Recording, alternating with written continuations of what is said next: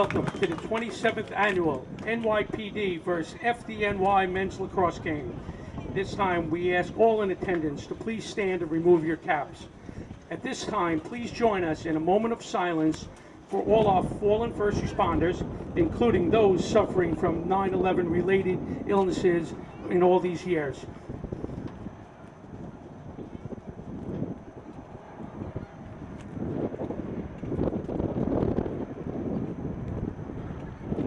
Thank you. Please remain standing for the singing of our national anthem, sung by NYPD officer Kevin Shaw. Oh, say, can you see by the dawn's early light what so proudly we hailed at the twilight's last gleaming, whose broad stripes and bright stars through the perilous fight o'er the ramparts we watched were so gallantly streaming, and the rocket's red glare, the bombs bursting in air, gave proof through the night that our flag was still there. Oh, say, does that star-spangled banner yet wave o'er the land of the free and the home of the brave?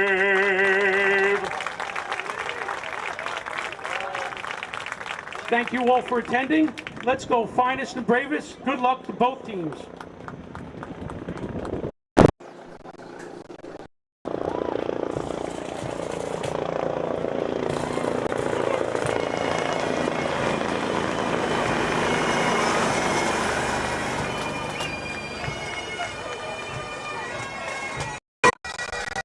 Well, that was certainly a great way to start this event tonight. A nice flyover by the New York Police Department helicopters. Welcome to the campus of Farmingdale State College in Farmingdale for the 2023 Heroes Lacrosse Game, featuring the finest Blacks Club representing the New York Police Department and the bravest Blacks Club representing the Fire Department of New York. Hello again, everyone. My name is Mike Nelson from NLB, and with me tonight is Harry Jacobs. For those of you who have been around lacrosse, the name Harry Jacobs should be very welcome, Harry, and I think the weather cooperated for us for tonight. Thanks, Mike. I thought we were going to get rained out, but we would have played anyway. Yeah, well, actually, okay. Knowing these guys as well as we do, they would have definitely put on a heck of a game.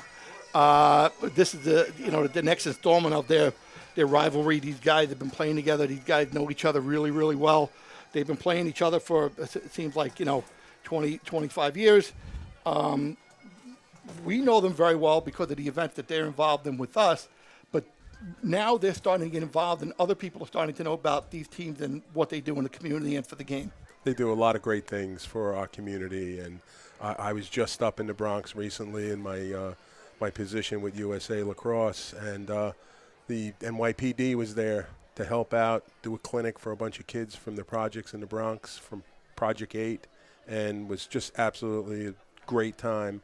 And, to see what they do for all of us every day in, day out in their regular jobs, and then whenever you need them to play, and whether it's a charity event, they're just there. They just step up. So this is the finest and the bravest that we have.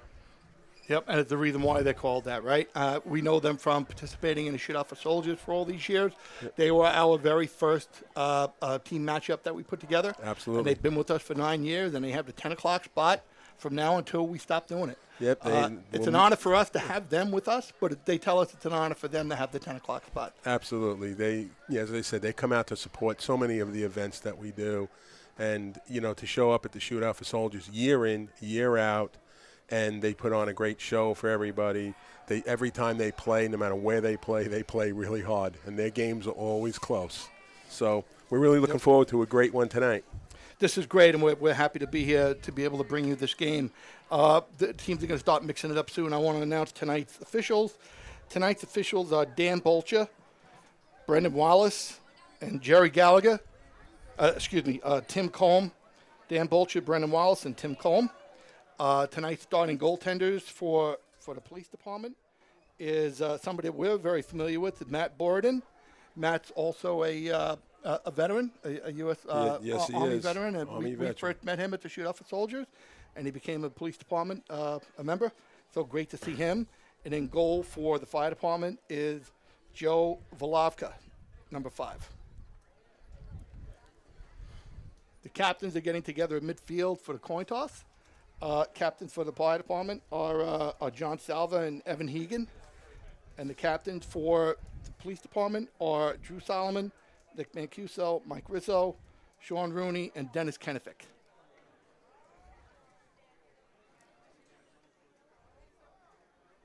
I mean, we can't get away from discussing the fact that how well these guys know each other. I mean, these guys are going to fight tooth and nail today, just like the fire department and police department hockey game. You know, that's always a story in itself.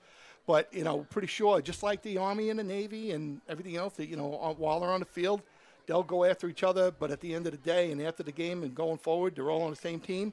And they'll probably be in the parking lot together till for many hours later on. To the wee hours, which is usually the way it goes. And that's fine. That's what it's all about. Yeah, these are a bunch of really, first of all, amazing lacrosse players, all right, and just really great men. And, you know, a lot of the men, we know a lot of them from the youth leagues. They coach. They're officials. They're just very, very involved in the game. And, you know, as you said, they'll, work with each other during the week, whether it's, in their official, roles. They step over these white lines and they're going to go at each other. So and it's on. Yep, it should be a good one. You know, in the beginning, when these teams first started, they were policemen and firemen who became lacrosse players. Now they're lacrosse guys who became policemen and firemen, and everything that brings with them. Right? It's once it's in your blood, it's in your blood. So they're involved in all different aspects of the game, and you'll see it out here tonight. Yeah, and you have a lot of them who played at very high levels in college also.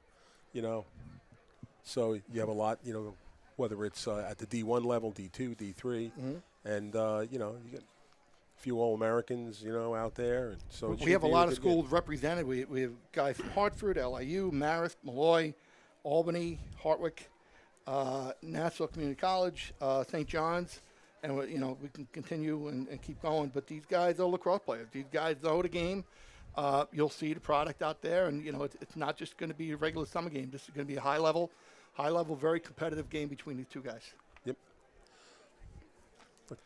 Two teams getting instructions from the officials now.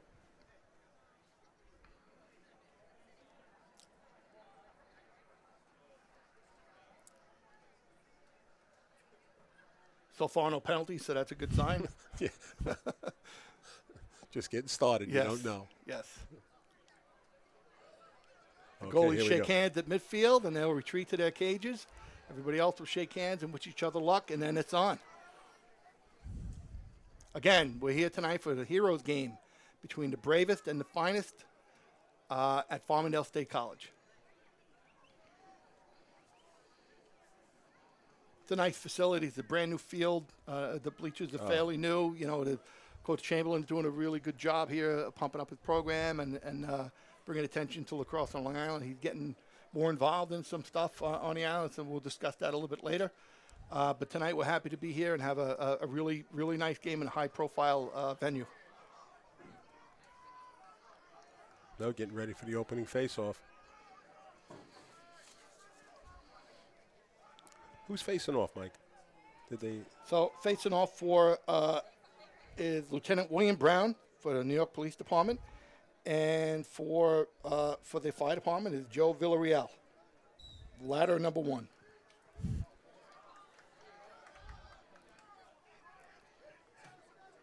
Controlled by the fire department. The official will call it out of bounds, and the ball will be turned over to the New York Police Department.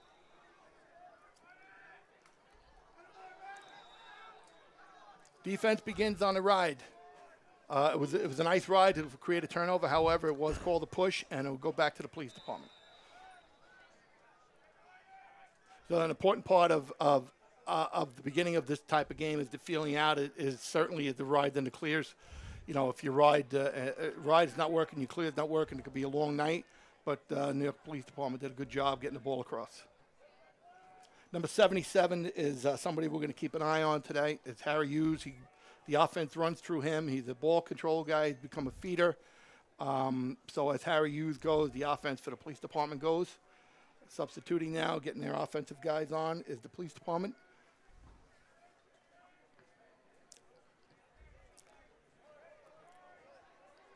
So we don't know how often, the guys get together to practice and, if they run structured offenses. I mean, they know each other pretty well.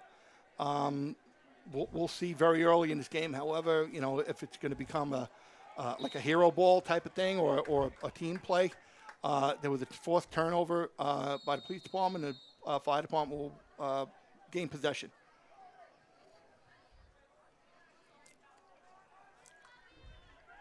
Fire department, good look in to the short stick D midi. Fire department controls, and they'll wait for their substitutions.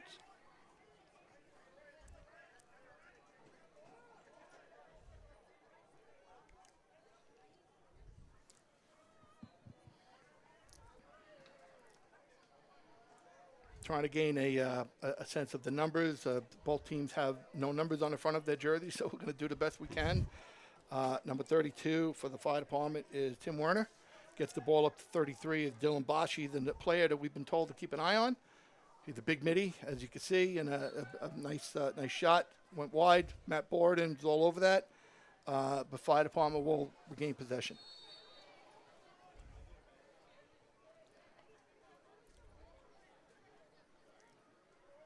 Beginning of the game is usually like a chess match. They definitely feeling each other out. They're going to feel each other out. They're not going to expose too much, right off the bat. Right? Nice stop by Matt Borden. In the crease. Ball goes back to the police department on clear. Matt Borden will control.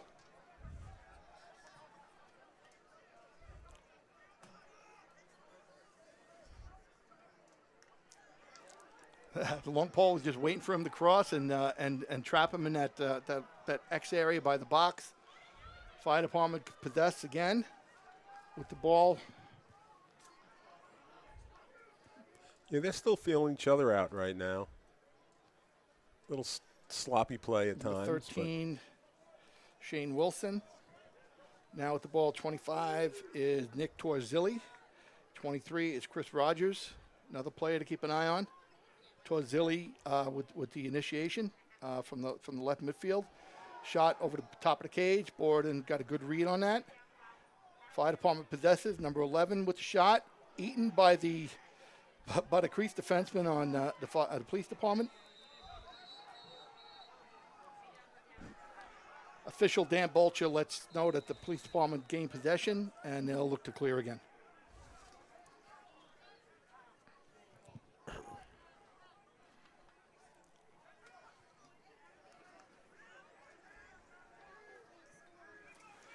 Police department possession. Number 71 is Sean Cavanaugh. Over to number 4 is Drew Solomon. Drew Solomon's been around with the police department for a long time. Now with the Jerry Brown Jr. He works in the 107th precinct. We'll try to give you a little bit of background of where these guys work as well. Number 11 with the ball is Kevin O'Shea. Queens South Narcotics, played at Hartford. Kevin with a dodge. Shot wide. Goaltender Joe Volavka with a good read on that. Possession, police department, 77 is Harry Hughes. Nice save by Volavka. Nice outlet pass to number 16, John Salva. John Salva is another long-time fire department player, currently at Kings Park. Both goalies playing well.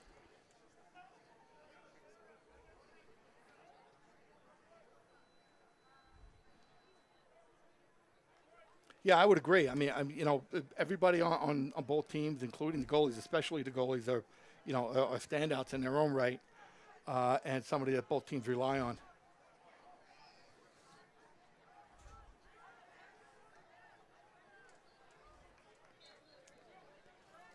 Matt Borden, shot wide. Fire department's in an open set right now. Newfangled offense that everybody seems to be running.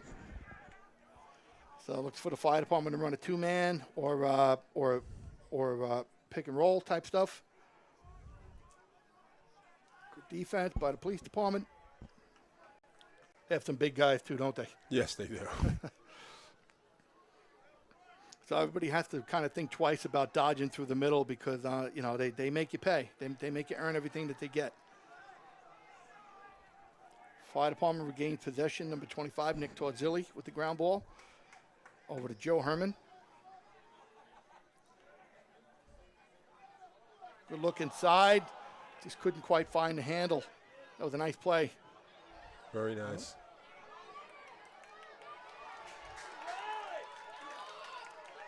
Excellent ride by the fire department.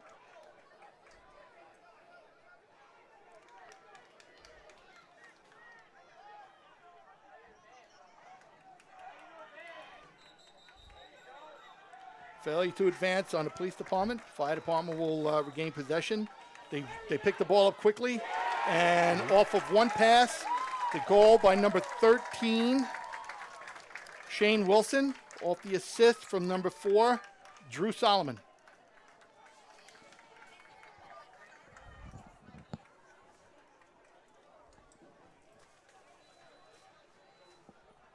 Get right down.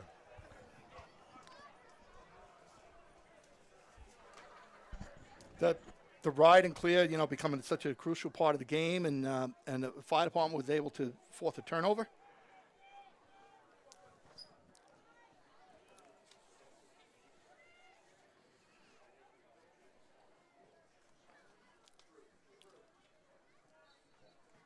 FDNY goal scored by Drew Solomon.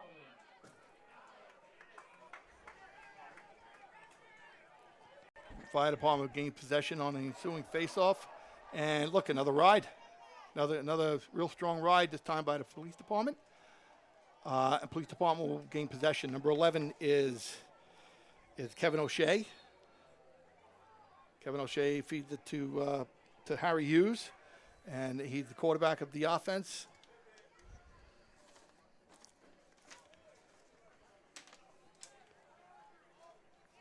Substitutions. Police department has their offensive group in. We'll try to get you their names in a second. Number 76 is Peter Clark. Interestingly enough, Peter Clark was the former fire department team member, so I'm sure they're keeping an eye out for him. Peter also played at Malloy. Kevin O'Shea picks up the ball on an errant shot and gains possession. Police department.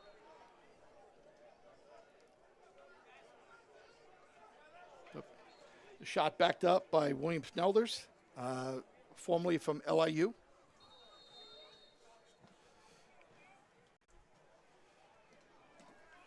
Snelders dodges and with the big lean and drops the ball, picked up by number 41. Tom Clark gets it to his goalie. Another nice outlet. Volavka looks up to number 5, Jimmy McHale. And fire department possesses the ball. Number 23 is Chris Rogers. 29 is, we'll have to get that name later. Number 4 is Ryan Glidden. And we're going to go back to number 23, Rogers. Look for Rogers to initiate now. Run downhill.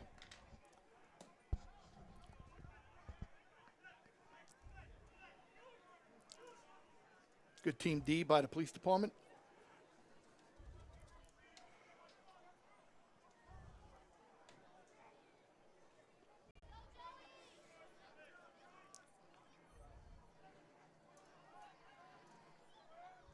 Again, started with the downhill dodge, looked to feed.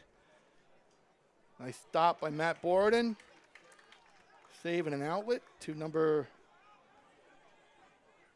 24. I believe that's 34, I'm sorry. That's Joe Tierney, played at Marist. Harry Hughes slows the ball down and settles and called for a set offense.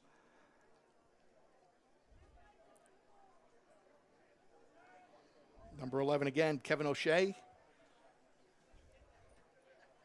34 is Joe Tierney.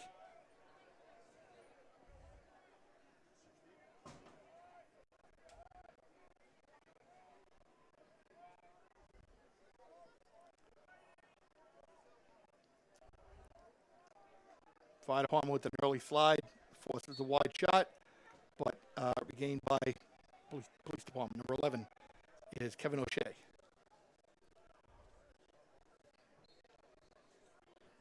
Number 71, Sean Cavanaugh. Precinct gives it up to Drew Solomon, number 4, one of the co-captains of this group.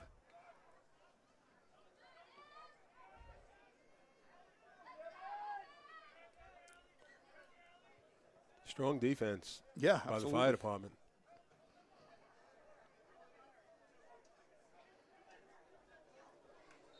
Police department having a little trouble hitting the cage. A little bit. So once they start getting them on, I'm sure they're gonna. Oh yeah. They're gonna start falling. Oh, still first quarter. Right, but I mean, both teams are kind of deliberate in their offense. I don't think either one is really looking for a run and gun type of game tonight. We go to 2-man set behind cage. Fire department sends an early slide and a recovery. Good recovery.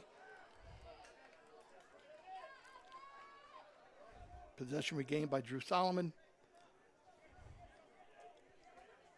Now Kevin O'Shea handles. But they're looking to, fire department's looking to shut off Joe Tierney, who played at Marist. He's a very good player, one we've been told to watch. Shot by Tierney, goes wide. Number 77 is Harry Hughes. Will take the ball out of bounds. And guarding him, number 53, is J.T. Pryor from Engine 332. I think these guys have seen each other more than once. Oh, they've seen each other a lot. Whoa, nice one. Number 77. Harry Hughes with the post up and inside roll. Was able to take advantage of being out on the island by himself. So that'll be an unassisted goal for number 77, Harry Hughes.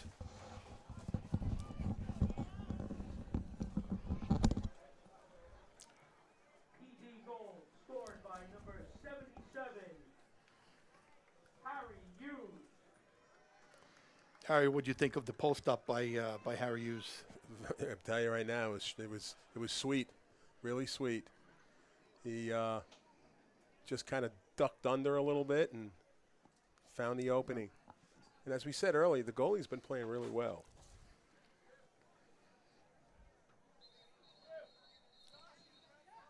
Ooh.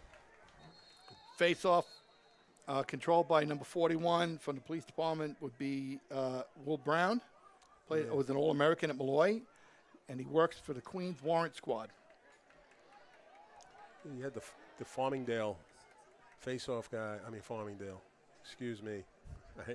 I'm here. Yeah, I'm reading the field. That's okay. Yeah. Harry. I was going to say the fire department face-off guy jumped on that one.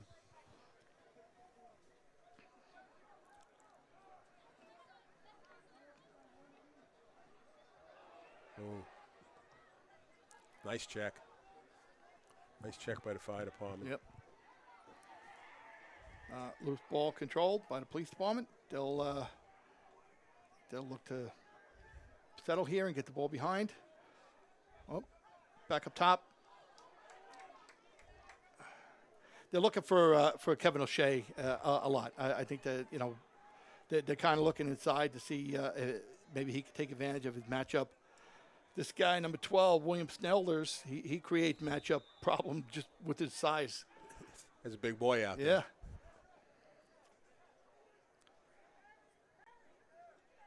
William Snelders he works out of Midtown South. Stay out of trouble in Midtown South.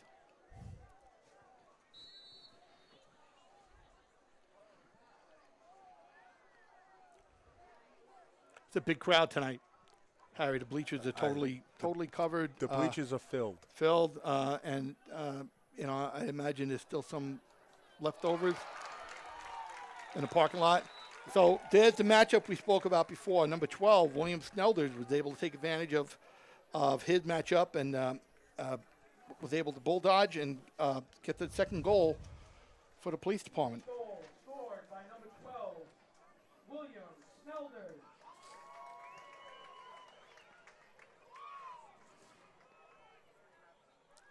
So here we'll have John Salva facing off for the fire department once again against number 41, William Brown. This has been a pretty tight matchup.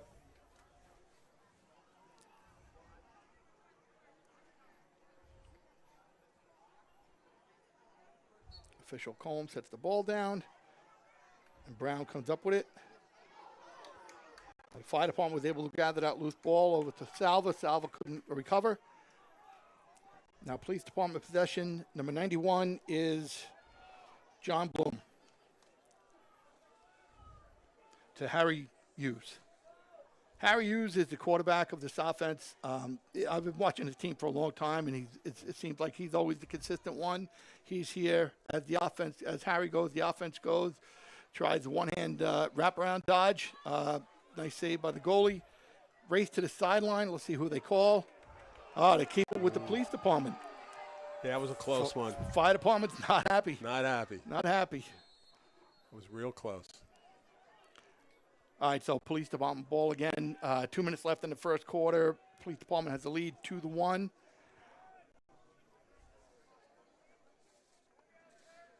Initiation from up top. Number 76. Nice save. Nice low shot, but a really, really good save by Joe Volavka.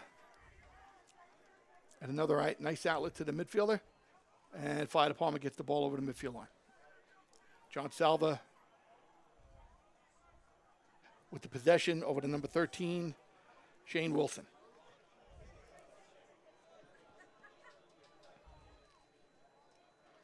Now the fire department hasn't had the ball in a couple minutes, so let's see what they come up with here.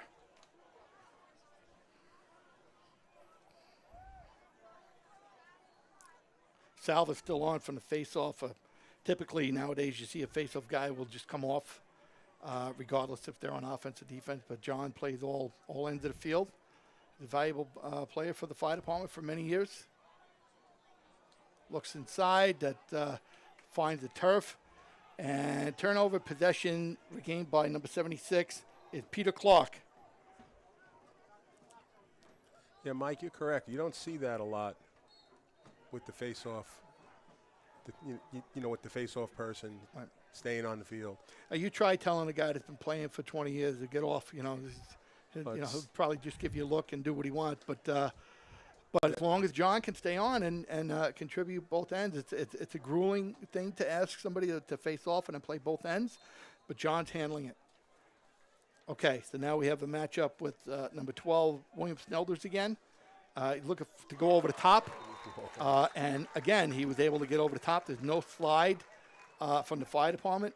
So when they spread out real far, it creates the longer slides by the fire department, and Snelders is able to capitalize. He had a rocket of a shot, too. Yep. Number 12, William Snelders. Look, there's not much that the goalie can do. It was a 12, maybe a 10-yard, the shot, lefty shot right from there. Number 5 on the fire department, Jimmy McHale. Very good defenseman, just maybe overmatched a little bit with the size. So let's see if the fire department comes up with something, some other kind of way to defend Snelders. They might have to slide early on him. But he is a very big man. Yeah. Okay. So we knew right away, he would create matchup issues, and that's what you look for. And like we said before, face-off is controlled by number 8 on the fire department. Oh, that's going to be a foul. That's a flag. So Joe Villarreal was able to gain possession and draw a push from behind, I believe they'll call, for 30 seconds. That one's called by Brendan Wallace.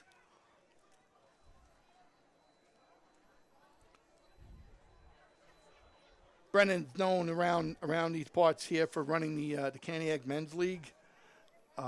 He looks has a little bit of a General Custer look to him, but we love him, and he does a great job with the Caniag League Men's League, and he'll do a good job here tonight. Brendan's really helped the league grow. Oh, for sure. I was fortunate enough to be there last week when they had their championships, and they had 3 different levels, 3 different divisions had their championship games, and they were all really tight ball games. So that's a testament to him and the work that he put in to make sure that everybody was level and there were no blowouts and really good lacrosse.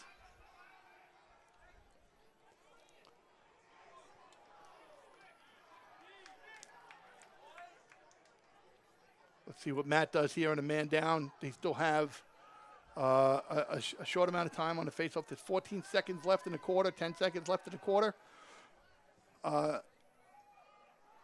Nice clear by the police department. Not much time left. Block knocked down in front by the defenseman. So at the end of the first quarter here at Farmingdale State College, New York Police Department 3, New York City Fire Department 1.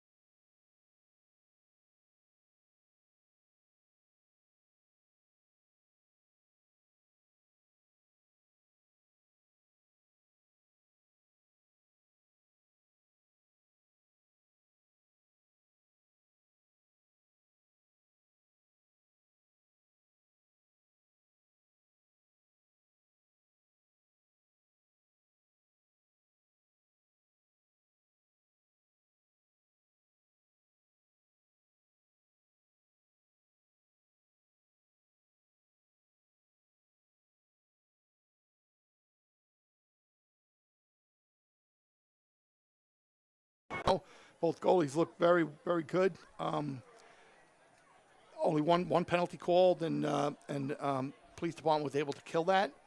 But that's a clean game so far for these guys. Only one foul in one quarter. That's not bad. It's a great game too, and and then you wonder sometimes the 2 squads are pretty big, and a lot of times they can't get all their players to show up because of their shift. They work shift work and all the other things that they have going on in the police department and the fire department. Right. But it looks like they got a good amount of their players out tonight. Well, it's better than it used to be. So when they only carried 25, 26 guys, and you had an overtime 4 shift or something like that, then they suffered, and then that's when you would see blowouts and stuff like that. But when you could select from 12 defensemen. Yeah. If 4 of them are working, you still have 8 good defensemen left. You're not going to get beat up. And I think that goes for both teams. And I'm really, really happy and really kind of proud of the way these programs have built up.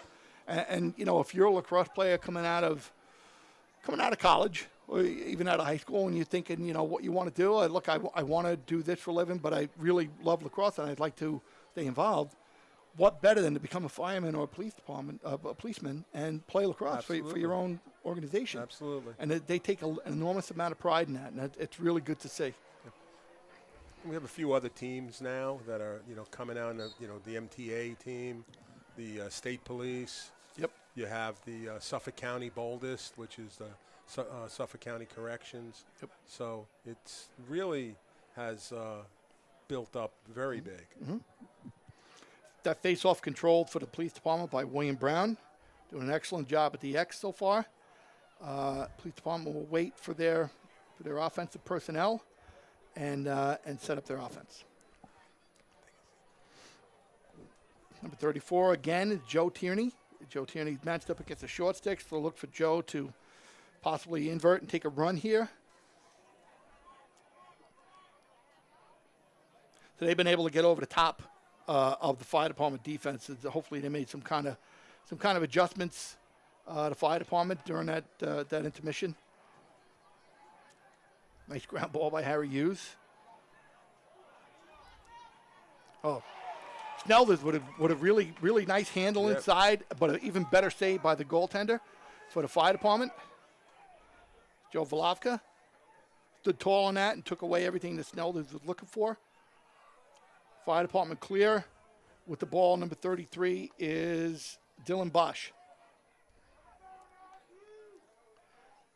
So he's number 33, and he's works for Engine 33, Harry. Why am I not surprised? Fire department controlled behind. Number 4 is Ryan Glidden. Now with the ball again, number 33 is Mr. Bosch. The midfield, number 8 is Joe Herman. Joe Herman has a short stick, so look for Joe to create a little offense off the dodge here. Here comes the pick set for him, so some two-man. Dump behind to number 4, Ryan Glidden. And number 29 was not able to handle that pass. So another turnover for the fire department. Police department on a clear. Let's see what Matt Borden does. I don't think they want him running the ball up the field, so they have to get him some help.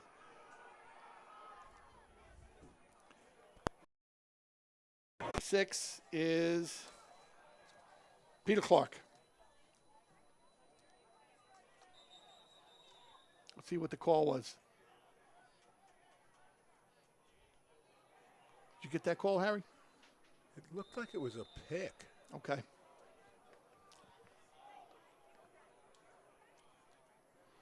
So possession goes back to the fire department here. We're going back and forth, up and down, which is good lacrosse. 33 is Dylan Bosch again. 13 is Shane Wilson.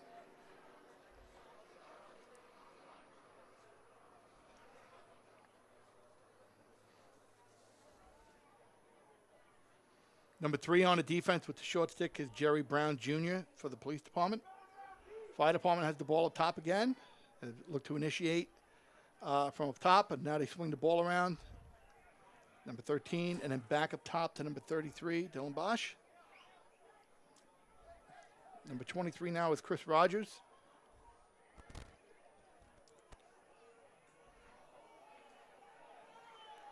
Yeah. All right. We're going to have our first foul here on the fire department, on the police department. I'm sorry. Oh, no, it's the second foul on the police department. Right. Yeah. Okay. We'll try to get you what the call is there. It looks to be some kind of hold, but we'll get that sorted out. Official Bolcher makes the hold sign, so that's going to be 30 seconds on number 31. That's Joe Simone. I want to let everybody know who our PA announcer is here tonight. Our PA announcer is Steve Baselli. Steve Baselli is Fire Department New York retired. We volunteered him to be the PA announcer. He's doing a very good job so far. So I want to thank Steve for jumping in and helping us out tonight. He's just an all-around great guy. Yes, he is. But tell me a fireman that's not a great guy, really. Or a policeman, right? Well, true. Okay.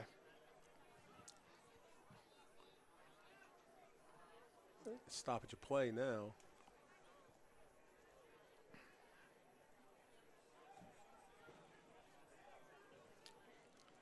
So there's an issue with the game clock. I believe the clock wasn't running when they started the ball live, so they'll give them their 30 seconds back and start their man up. Last time they ran a little bit of a wheel, and we still don't have the clock.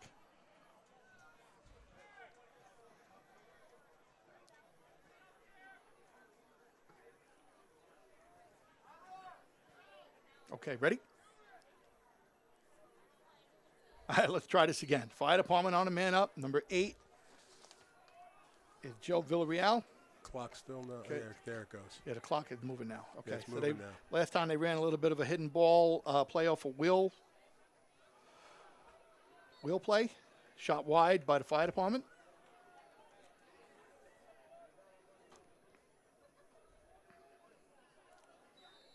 Number 32 with the ball is Dylan Bosch. No, I'm sorry, Tim Werner. My mistake. Oh, very nice. Yep. Fake the pass. Just then put it right past the goal. That's an unassisted goal scored by number 23, Chris Rogers. Number 23, Chris Rogers, unassisted.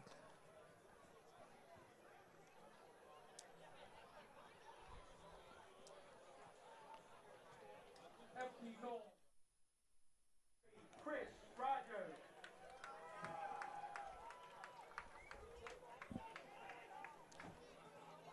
Chris was able to work himself into a little bit of a good shooting spot there. The police department rotation wasn't quite there on the man up, and Chris was able to get a nice 11, 12 yards step down, put it up in the high corner. You notice Nice too, right. Got, he made that fake pass and then just turned and drilled it. yeah, he froze a couple of the defenders Yeah, and, exactly. and put himself in a good spot to have his hands free and blast it. See what we got here now. It looks like a timeout called by the fire department. Starting to get a little rough there.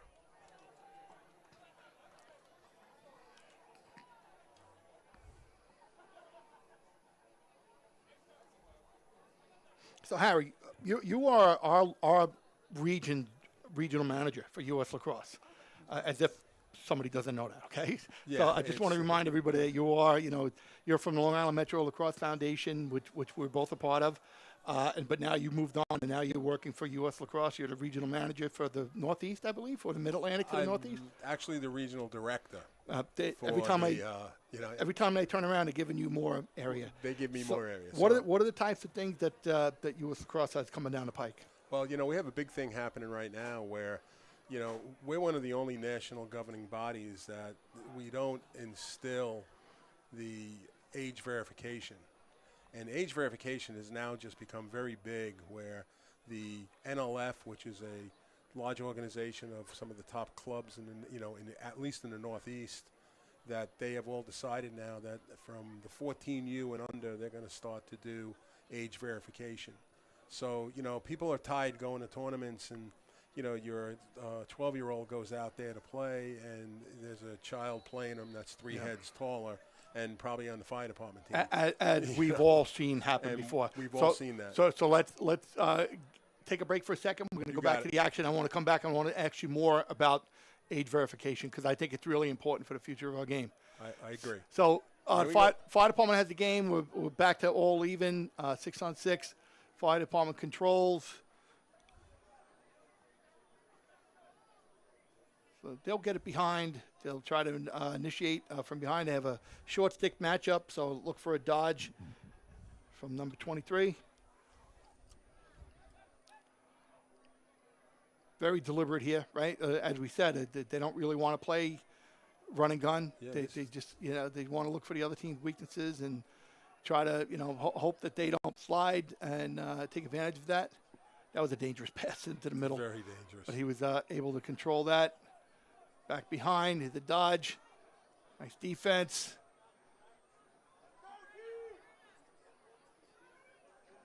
Very good job on the defense. Very good job. Fourth turnover by number 0. That's Michael Van Bommel from the 101st Precinct. Gave it right back. Yep. Police department made a nice defensive play and was unable to clear the ball, and the fire department forced a turnover. The fire department again back on offense. We're still at 3-2 with 9 minutes left in the half. Let's see what the fire department comes up with here offensively. So the big thing happening, right? If in a tight ball game, you can't afford any mistakes. No So every little turnover could turn into a 2-goal swing, right? And they want to try to avoid that. So I think that's why they're trying to be extra cautious with the ball. Very good save by Matt Borden, but Fire Department gains possession again. Crossbar. Crossbar and a favorable bounce for the police department. Matt controls out to the left defenseman, right up. Crossbar, the goalie's best friend. Yeah, Matt's going to turn around and kiss that. Number 57 is Sean Gleason, who played at Albany. Sean was a very good defenseman. He from Albany, works right now in Manhattan South Narcotics, and he made a great play on that clear. Now, Harry Hughes, the initiator, possesses the ball. He'll run the offense. He'll settle everything down for the police department. Number 4, Drew Solomon. 71, Sean Cavanaugh.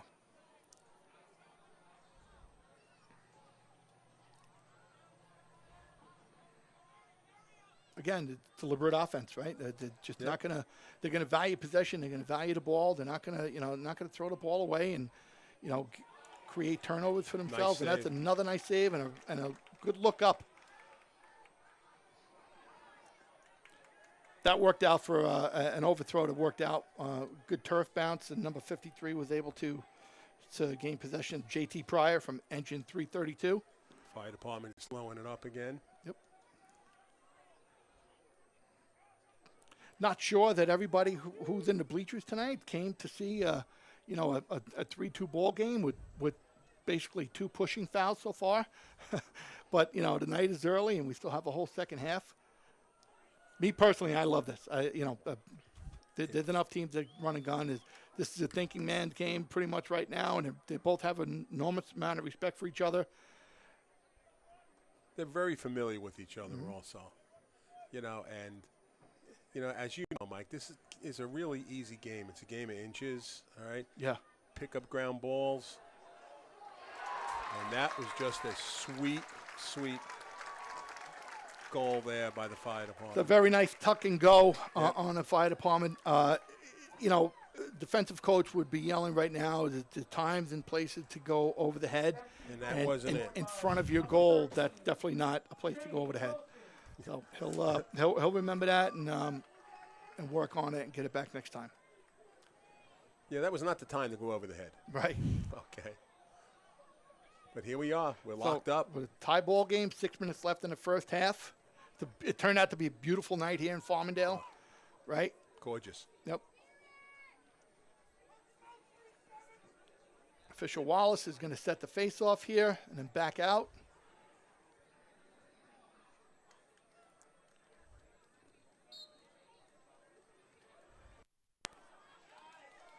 Face-off control by number 8 for the fire department, Joe Villarreal. Very good face-off. Again, fire department will slow it down, be deliberate, wait for their substitutions. Yeah, that seems to be the way this game on both sides is going to go. You're not going to see a run and gun. Right. So, the offense of the year right now is kind of an open set, which is what they're in. Dodge from up top, 2-man game. Hope that they get caught up without a second slide. So ball bounces over. Matt Borden gets a piece of it, but it continues to the end line, and police department recovers.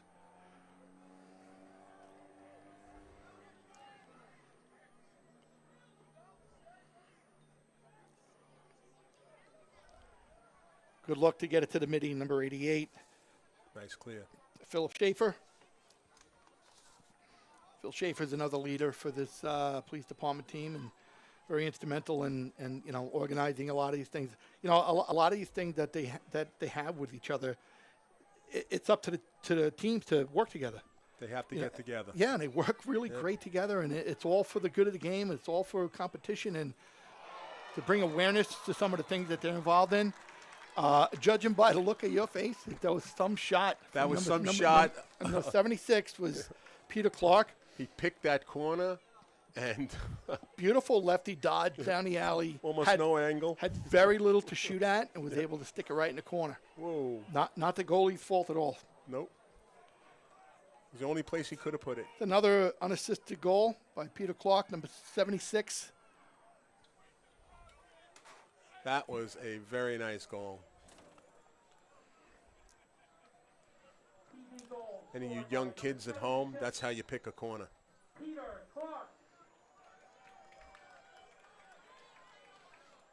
Harry, these guys have skill.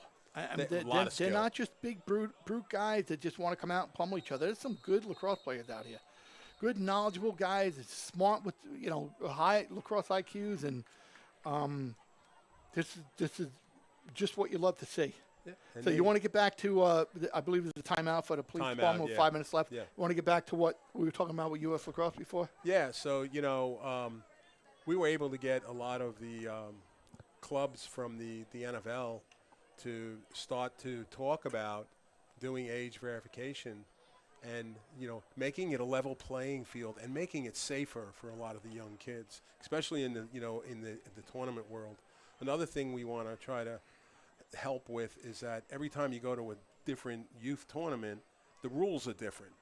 There should be one set of rules, and everybody follows it. So it's it's not going to happen overnight. All right, this fall coming up is going to be a little bit of a test and a trial run, but we have a lot of the clubs are on board, and I've been hearing from a lot of Long Island clubs, a lot of clubs in Jersey, or all up the East Coast and down into the Mid-Atlantic, that all want to, get in on it and do age verification. And they can do the age verification through USA Lacrosse.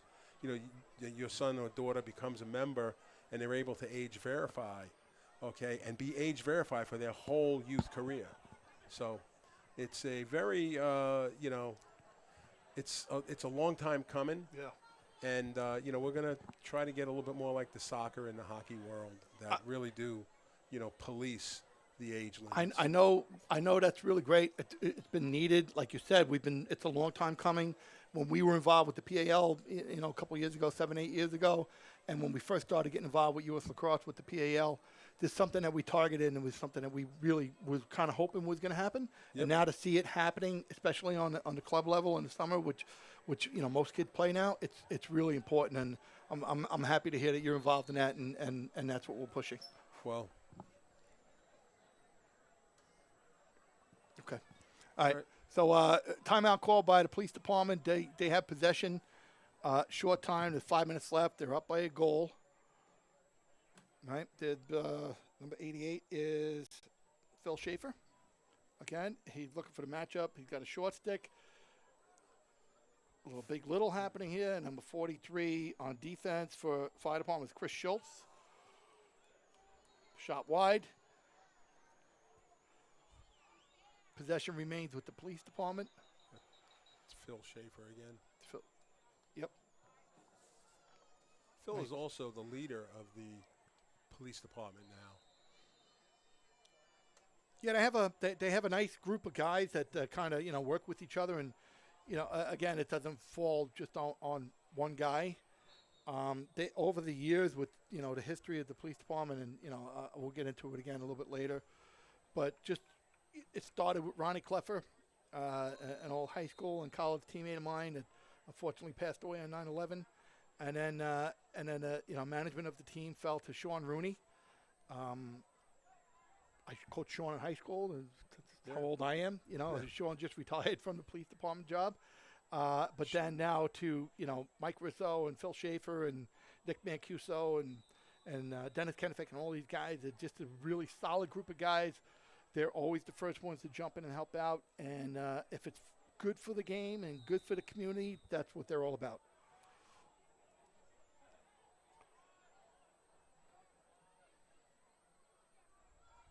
Police department still possesses the ball. 34 is Joe Tierney. I'm a fan of Harry Hughes. I'm sorry to say it. He's very good. I'm not supposed to root for anybody, but I just like to watch him play. He's a little bit of a bull in a china closet there, but he's very high lacrosse IQ. He's the quarterback of the offense, but when it's time for him to go, he goes, and he makes things happen. Tell you another thing. The size of this crowd is just, I can't believe how many people are actually here. I think moving the event to Farmingdale College, a little more of a high profile, place. It was just a great idea. I'm not sure really who came up with it. Another nice save by the fire department goalie. Couldn't get possession, couldn't control it. That's unfortunate. Very unfortunate. A nice play by Kevin O'Shea for the police department to come up with, to be Johnny on the spot and come up with that ball. Unfortunate, the goalie, after making a really good save, Joe Volavka, lost possession of the rebound. So that was unassisted by Kevin O'Shea. Goal scored by number 11, Kevin O'Shea. Score now, 5-3, police department. 3 minutes and 23 seconds left in the first half. I think this face-off is kind of crucial for momentum for the rest of the half. It's a game of runs. Right. So they locked it up 3-3, and now they've let the New York City Police Department go on a 2-goal run. Whoop. William Brown and Joe Villarreal are having quite the battle at the face-off X. John Salva's taken a few of the face-offs, but for the most part, it's been Villarreal. And, these guys are competing. Try to sort this out here. It looks like... Was that another timeout called? It looks like a timeout. Okay. Yeah, I mean... So let's call that a timeout by the fire department. I believe that's their second timeout of the half, and probably that would be it for them for the half. Yeah, it's definitely a timeout. What do we have? 3:09 left. 3:09 left in the first half. Official Bolcher is spotting the ball, and official Coleman is spotting the ball right in front of the police department bench. We'll see these two teams again only in a couple of weeks at the Never Forget tournament, right? That's right, Harry. Great lead in. Never Forget tournament is kind of a spin-off from the Shootout for Soldiers, and it's all of these teams. Yep. It's the fire department, it's FedLax, the police department, Nassau County Police Department, Suffolk County Police Department, MTA, Hudson Valley. We have a team of veterans that we keep together from the Shootout, and they'll be competing that day. So on September 16th, we'll be back here at Farmingdale State College for the Never Forget tournament. I have to say before I forget that our PA announcer, Steve Baselli, is the co-chair of the Never Forget tournament, and we're really looking forward to that event. That's a Long Island Metro Lacrosse Foundation event, and it's for our first responders. So if you want any more information on the Never Forget, it's www.limetrolax.org. Police department possession. I have to apologize before I called it a fire department timeout, but it must have been a police department timeout. Open set again, 2-man behind, Harry Hughes, the backhand shot. Nice save again by Volavka. Brendan Wallace will call that out. He stepped on the line. Right on top of it. That was a very good call by Brendan, and right back to the police department. Now, with 2-goal lead here, with 2 minutes left, do you expect them to kind of, sit back, or you expect them to go to the cage? I think they'll go to the cage. Okay. They're not ashamed to go to the cage, or, so. Not with the talent that they have. Not with the talent they have, right?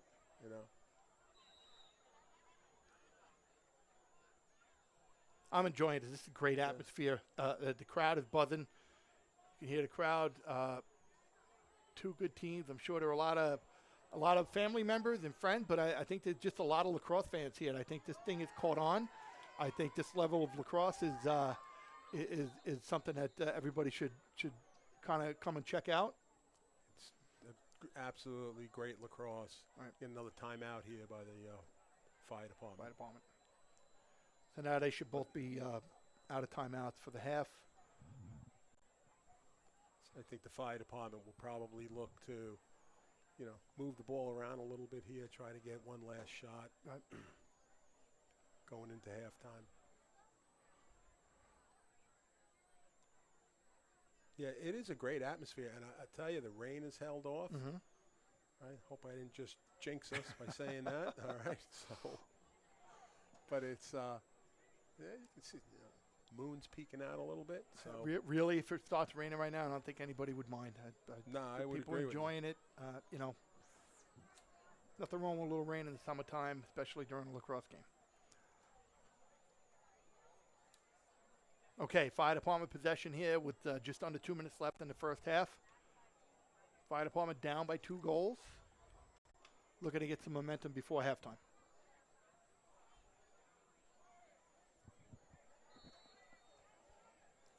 Okay, here we go.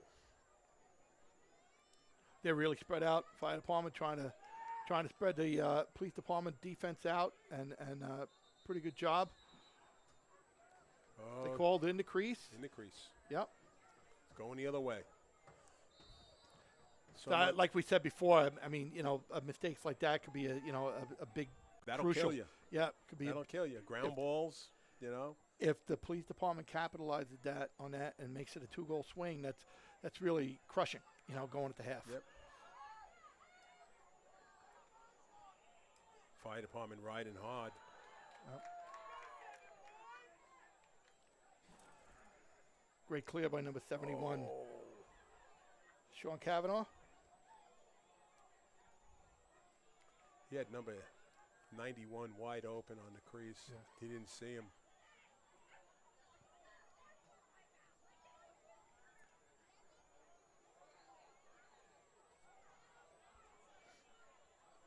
The scrum in front of the cage. There's our guy, Harry Hughes. He is feisty. He got 3 ground balls on 1 play. No, yeah, he's feisty. Ooh. Shot just a little bit wide.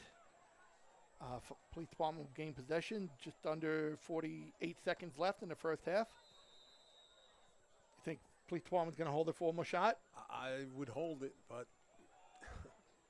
that's not in their nature, right? Some of these they're guys just going to go. They're just going to go. Some will be Cowboys. And some will put it in the goal. Just like you called it, Harry. Number 11, Kevin O'Shea. It's another unassisted goal, this time by number 11, Kevin O'Shea. Now, you know, that last possession the fire department had, they really should have held the ball. They really should have held the ball, the fire department. Yeah. Because what happened, they forced that. They've got the turnover, comes down for the police department, and the police department just put one in. So now it's 6-3 when they would have held it for a shot. It could have been 5-4. Big swing before half, just exactly like we discussed. The momentum killer. You know? Exactly, momentum killer.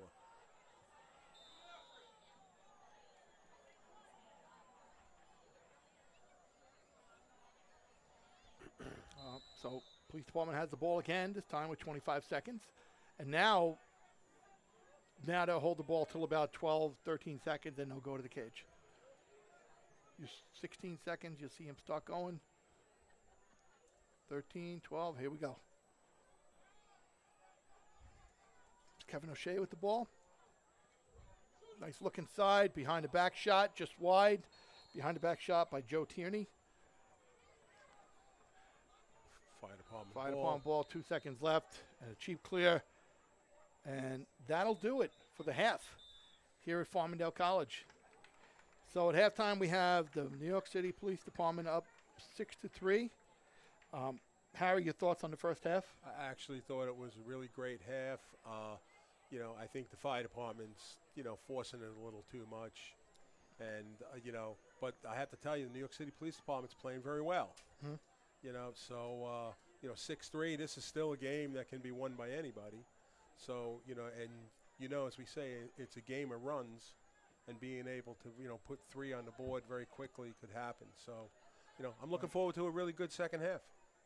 See how they do. So am I. So we'll look to see if there's any change in personnel, especially in the goal by either squad. We'll announce that when they come out. We're going to take a short break for halftime. We're going to take a 2-minute break, and we'll be back. Again, Farmingdale State College, the venue for this year's Heroes game. New York City Police Department 6, Fire Department 3. See you in 2 minutes.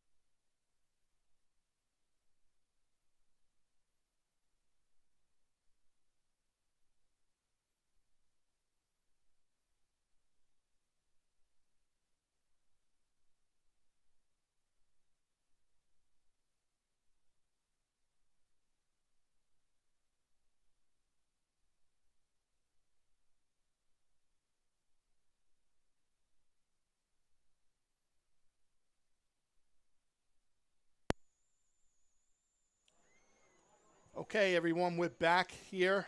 Mike Nelson and Harry Jacobs with Next Level Video Productions. We're here at Farmingdale State College with the New York City Police Department leading the New York City Fire Department 6-3 in the 2023 Heroes game.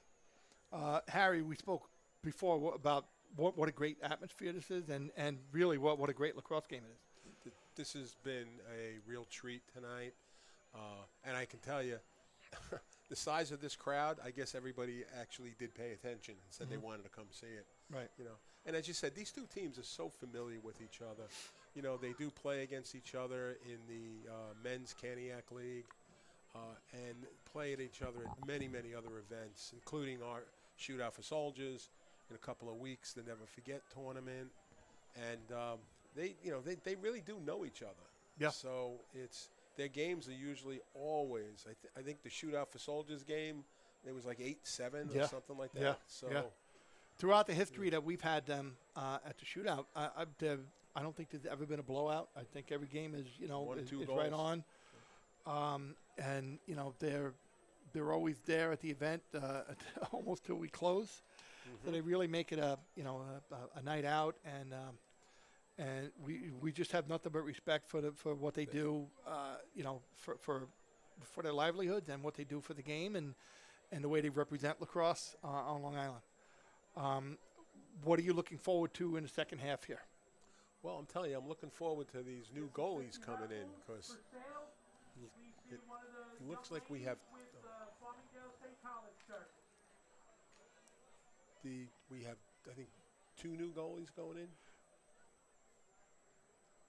For the police department, we have number 50, Chuck Rupert, and we're going to take a peek at the fire department cage to see if anybody will be settling in. Yeah, now for the fire department in the first half, Joe Volovka, despite being down 3 goals, has played outstanding. It both indicates that a couple unfortunate rebounds that got away, a couple of not great defensive plays that were not his fault. But, he's been standing out. And for the police department, again, Matt Borden had a very good first half. I think he's the young gun out of the group of goalies for the police department. But he got the start in the first half, played very well, held the fire department to 3 goals. And now we're going to see the veteran Chuck Rupert come in. Chuck is a police officer with the Midtown North Precinct. So I wonder if he practices at Central Park at all. From Midtown North, right? Yeah, that would be, it's not too far. Okay, so there's a minute left until we start the second half. We're going to take another quick break for a minute, and we'll be back with the start of the second half in just a moment.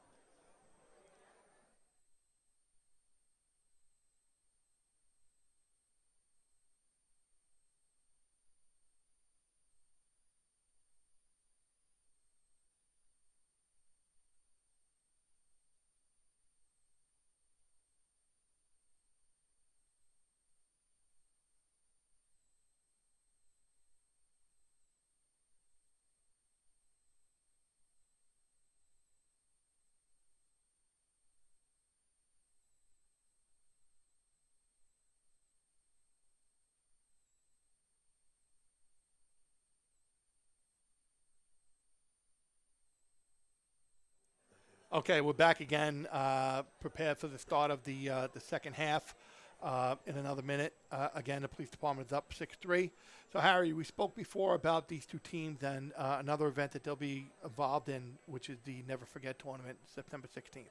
You want to talk a little bit about the beginning of that and how it's evolved over the years? Yeah, that actually came out of the Shootout for Soldiers, all right, where the teams had always played. And then we were approached by John Fee, who was at that point in time kind of running the fire department team. And, John was the catalyst to put the whole Never Forget tournament together. He formed a committee with a lot of the people from the Long Island Metropolitan Lacrosse Foundation and some of his firemen and police friends. And the next thing you knew, it just kind of took off. And, they're getting, a couple of years ago, they had the Haudenosaunee come down, who was, from the Six Nations they played, and now almost every single law enforcement group that has a team comes and plays. Mm-hmm. So it's, and also which is special to, I know, to you and me, in our hearts, is our all veteran team that come. Mm-hmm. The all veteran team is just made up of a bunch of veterans that have either played lacrosse in the past, or some of them just picked it up because they wanted to play. So it's absolutely a great event. I'll tell you, we're going to do it here at Farmingdale, and I tell everybody you should come down and see it on the 16th. The next, the next step in the evolution of the Never Forget tournament is to move it to Farmingdale College, the place where we have our 9/11 memorial, Lacrosse Players Memorial. And if you haven't gotten a chance to stop by the 9/11 memorial at Farmingdale State College, do yourself a favor and come and just check it out, and pay tribute to some of the lacrosse players and first responders that passed during 9/11. It's a really beautiful place. It's a solemn place. It's it's pretty heavy to visit, but it's our way of paying tribute to those who lost their lives. All right. With that being said, we're back to our action here. Police department has possession again. Missed shot. Number 50 goalie for the Fire department. I'm sorry, for the fire department. It's number 5. The same goalie is in. Joe Volofka. He did such a great job in the first half, and they're sticking with him in the second half. He played well. Joe takes up a lot of the cage. He's a big presence in there, and he's forcing the police department to shoot around him. Now he just needs his defense to give him a little bit of a hand. Number 88 is Phil Schaefer again, out of the Queens Warrant Squad. He'll pass to number 76, Peter Clark, from 113th Precinct. Peter initiates from up top. Quick double team by the fire department. So being down, a couple of goals, you might see the fire department, take some chances and try to force some turnovers, maybe with some early slides. Harry? Well, you have. It's been, I think they're getting a little tired, the fire department, to be quite honest with you. Right. All right. They, the time of possession really is, on the side of the police department.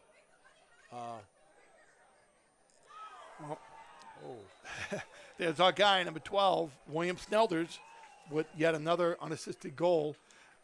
That matchup has been a problem. I don't blame the defenseman that's covered him. I think it'd be a problem for anybody. Snelders he's just a large mass of a person. He's a large body. He's got an excellent lefty stick. He hides it really well in his dodge, and when he goes to shoot, I'm sure it's a hard thing for the goalie to pick up. If I see him on the other team, I have to start thinking of a way to kind of shut him down. Face-off control by John Salva. Nice job. Look inside. Shot wide by number 8, Joe Villarreal. I'm sorry, Joe Herman. Number 13, Shane Wilson will give it up to number 8 is Joe Herman again. 23 on the alley dodge is was Chris Rogers. Nice save by the police department goalie, that's Chuck Rupert. Possession stayed with the fire department. As they get the ball behind, I'll just throw it up top. Another wide shot. Possession again to the fire department. They'll work it around.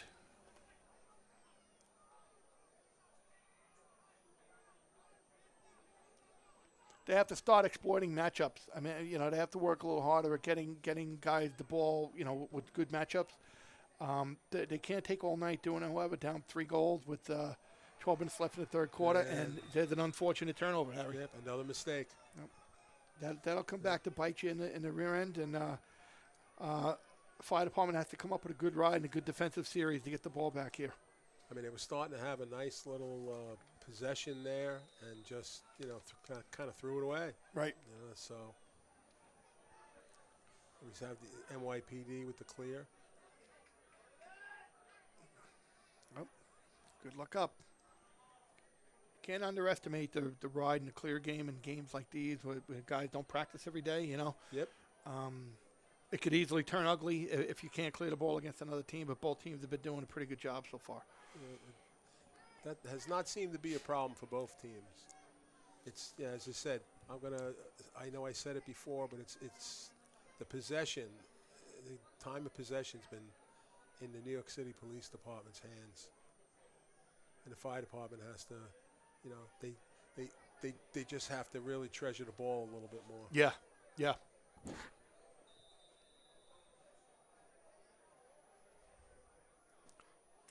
So police department again with the ball here. Let's see who that is. That's number 71, Sean Kavanaugh.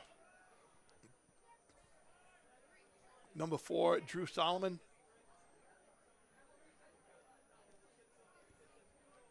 So Solomon has Salva in front of him, and let's see what kind of matchup this is. John's a very good lacrosse player, but he's been on the field a lot. Let's see if he's got the stamina.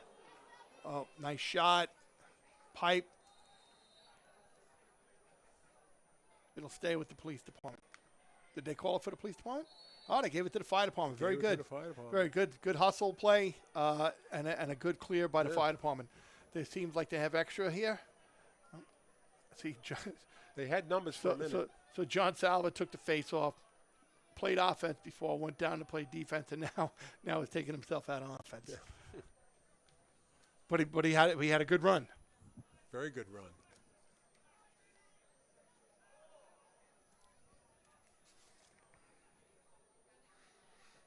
Fire department working around.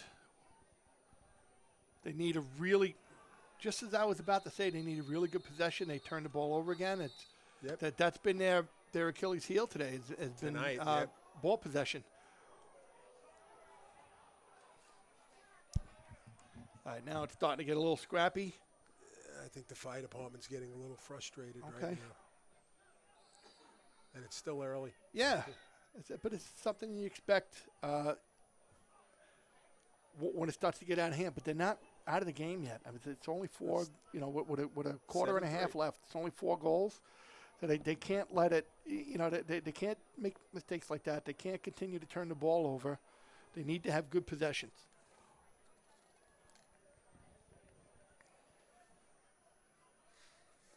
Number 33, Dylan Bosch.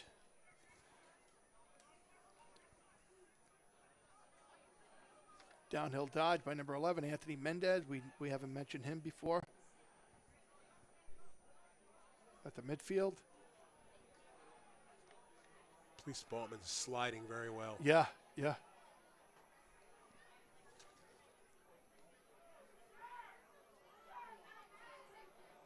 We have a flag down. Shot and a save by Ruppert. Okay, that's why you have to play to the whistle, right? Yep.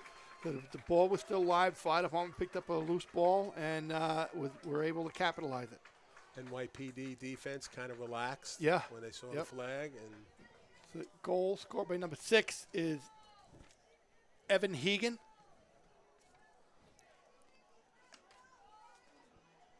Number 6, Evan Hegan, unassisted. Evan Hegan, number 6, unassisted.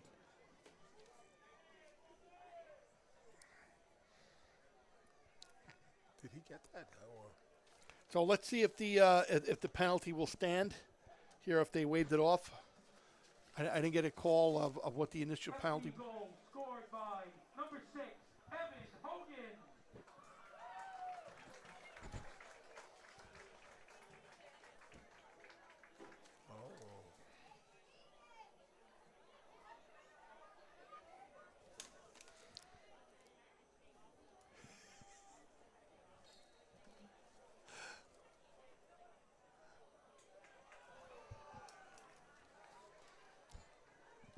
Possession maintained by the police department. Nice save again by the goalie for the fire department, by Joe Volofka.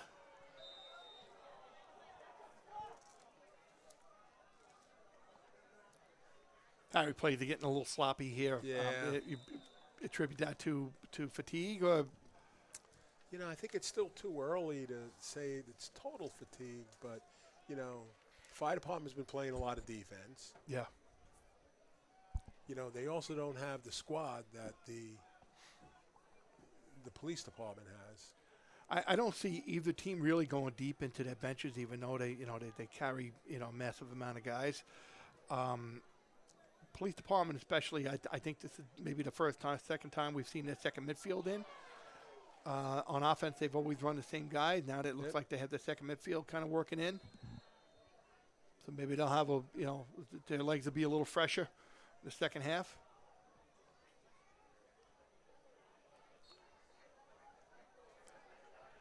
Let's see how Mr. Wallace calls that one. He gave it to the police department. He gave it to the police department. Okay, that was a good hustle play by the fire department. Number 41 by Tom Clark. Number 10 on the police department is Ryan White. Works in the 9th precinct. Midfielder. Good look inside. Nice play by the fire department.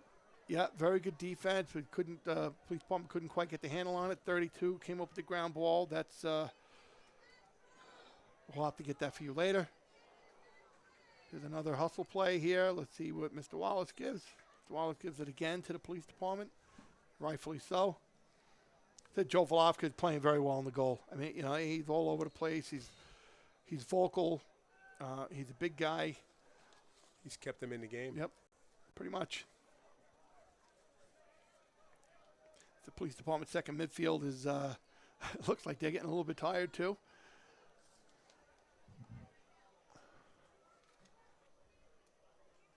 They just ran a picket fence for number 32. Another Nice good save. save by Joe Volovka.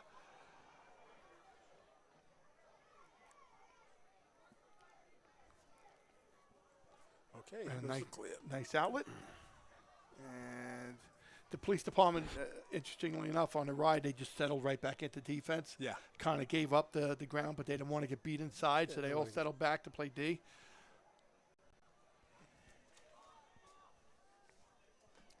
Working the ball around for the fire department, number 8 is Joe Herman, midfielder. Defending, number 18, Brendan McGovern, 10th precinct. Nice dodge by number 6. Fire department, very good save by Rupert in the goal for the police department. Police department possess. Clear. This is Captain Mike Rizzo with the ball. We haven't had a chance to mention him at all. Mike's instrumental in a lot of the things that the police department does as well. He's a local youth coach in the rec league and also in travel for Recon Lacrosse. Very happy to have a friend like Mike to partner with and do things like this with. Mike's all around great guy. Yep. And I'm sure a wonderful police officer. Number 23, Chris Rogers with the ball for the fire department.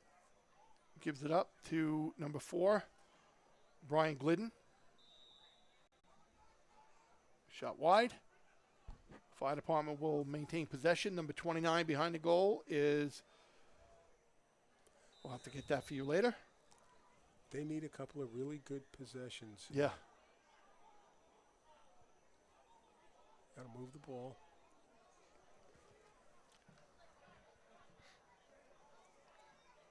The downhill dodge by number 23, Chris Rogers.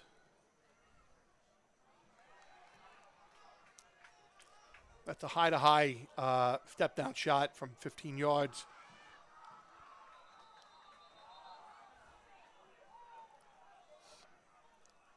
So the police department bench is yelling loudly about the fire department going off sides. And the officials will confer at midfield to figure out what happened. Harry, from where we were sitting, did you see anything like that? Or I think they were saying that he stepped out when the fire department defenseman went for the ball. Okay. And I think the one official saw it, the other official didn't, but they did confer. Right. And it looks like they're giving it to the police department. And looks like it's going to give it right back to the fire department. And yeah, you're seeing some sloppy play right now. You know,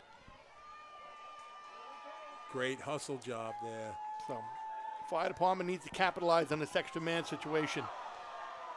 Was that Mr. Rizzo taking care of business in front of the cage, it looks like? He definitely took care of business there. So you need a marshal in front of the cage, right? When you're a goaltender and your defense, you need somebody to, keep everybody honest, and that's just what Mr. Rizzo did. Another outstanding save by Joe Volovka on number 12, William Snelders. So what did we used to say back in the day, Mike? You got to lay the wood to somebody? Yeah, a little bit. You would be afraid to cut across the middle because every team had a guy who would just say, that's not allowed. Yeah, it's, now that you really can't, you can't have open field hits and you can't have, no contest hits. That hit, however, that Mike laid on that attackman was legal and called for.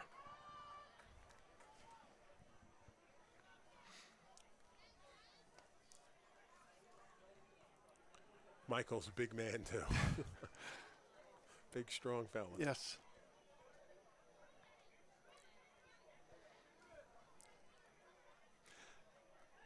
So Mike happens to go to the same barber that you and I go to. So yeah. Also happens to be a good-looking guy, right? Yep. It's think how much we save on not having to go to barbers. Oh, boy, the police department defense is a physical bunch. And we got our first fracas of the game. It took us a while. Usually you see this type of stuff much earlier. Yep. Number 23 is Chris Rogers for the fire department. I didn't see who he initially got involved with, but I'm sure both of those gentlemen will be off for a little while to cool down. See if this carries over to the rest of the game. Hopefully not. The officials conferring to kind of sort this out.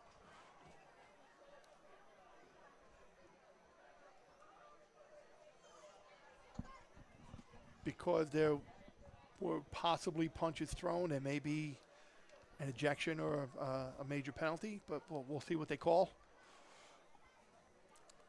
It was just a lot of pushing and shoving, it looked like, For games like this, and I mentioned this about the men's league at Caniac, they don't use like junior officials. They don't use officials with no experience. They use really qualified guys. Top officials. These are college officials that are out there right now. Yep. Timmy Coleman, Dan Bolcher, and Brendan Wallace are just, they're at the top of their profession, and they put time in. They've worked very hard to be where they are. Gaming like this, you just can't throw anybody in there. The game doesn't seem to have as many qualified officials as we used to, Harry. It's a big problem that we have, and it's not just lacrosse. It's across all sports right now. Is that there is a huge official shortage. So any of you young men, women out there, we encourage everybody to try to get back to the game by becoming an official, and it really is causing a little bit of a problem. We've had some issues that have caused some of it. Bad behavior on the field by, players, bad behavior by spectators, So it's something that, we really need to have officials, and we really need people to behave at games just because it does cause officials to say, hey, why am I doing this? And a lot of the officials, especially here on Long Island, they get paid very well for games, right. So you could get back into a game you love, make a couple of dollars, but also be able to still be involved, all right? Even if you can't play anymore, you can still officiate. And we need officials at all levels. The PAL on Long Island runs a great youth, officials program. Mike, you were instrumental at one time putting that all together. And it really has helped, get more kids involved when they get back from college or get into their jobs. So, we're looking for officials all the time. So, yeah. It's if anyone's looking for any, want to be an official, reach out to myself, reach out to Mike. We'd be, glad to get you involved in the game. A lot of guys, after they're done playing or after they're done coaching, they're looking for ways to stay involved. And the natural thing to do is, get involved in officiating. And a lot of people, are not really looking to do it because they think the abuse and by coaches and parents, a lot of that stuff is being taken care of.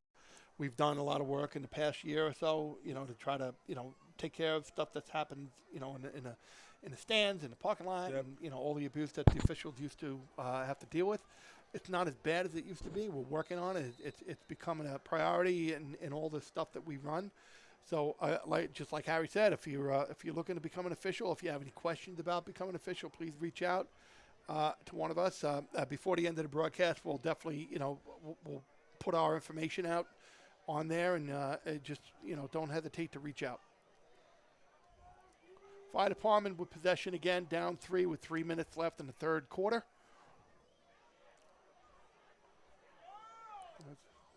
Good shot opportunity by. There was a nice shot opportunity. Just once again, couldn't hit the cage. Yeah.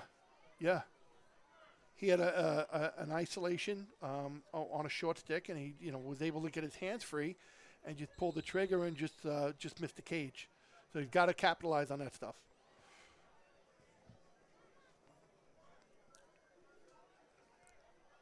Again, easier said than done with a 6'2" New York City Police Department guy on your hands and just beating you up, but that's what the game is. Yeah, I'm glad we're up here. Okay. Oh, I don't. Stuff again. like this, I miss it at Yeah. all. Yeah, I used to, but not in these types of atmospheres. These guys are men. They're treating each other like men, and they're going at it, and then they'll hang out like men afterwards. Yep. Right. They, if you watch the fire department right now, they're getting opportunities, and that's the first time they've been able to actually put one on on the cage. Yep. But That was a nice 12-yard step down. Got his hands free. Number 8. Goalie made a nice save. Yep. Number 8, Joe Herman, and Mr. Rupert was able to shut the door. Nice outlet. Number 10 for the police department. With it behind the back. Stopped by Joe Volavka. I tell you, Joe is playing some heck of a game. I mean, I don't even want to know or think about what the score would be if Joe, wasn't doing what he's doing. Doing what he's doing and kind of leading from there,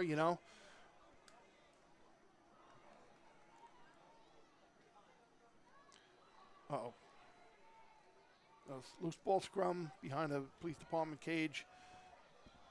Police department able to capitalize and clear. Number 34 looks to settle. Number 34 is Joe Tierney, midfielder from the 105th precinct out of Marist. Marist, very good program. Joe played there. I'm sure he's a very good player. He's a good representative of Marist. Division I program. So New York Police Department here with a minute left in the third quarter and no rush, really to give the ball back to the fire department. They'll be deliberate, as we said before. They may wait just a couple more seconds to kind of initiate and maybe take one last shot before the end of the third quarter. Work the ball around. Fire department's pressing out a little bit. I think they the sense and the urgency of being down by 3 goals with the clock ticking away. They can't afford to sit back. They have to try to make something happen. That was a 2-man game right there. Whoa. That was beautiful. 2 offensive guys against 2 defensive guys, and one defensive guy forgot that it was a 2-man game. So New York Police Department was able to capitalize on the 2-man game and take advantage, and not much Joe Volavka can do on that one. Mike, who scored that goal? Scored by number 11, Kevin O'Shea. Goal was scored by number 11, Kevin O'Shea. It's a hat trick for him. Yeah, hat trick for Kevin. Another unassisted goal. Kevin played for Hartford. He's assigned to Queens South Narcotics.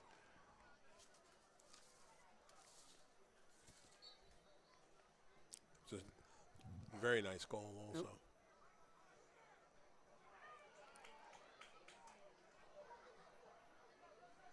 Possession by the fire department, number 33, Dylan Bosch.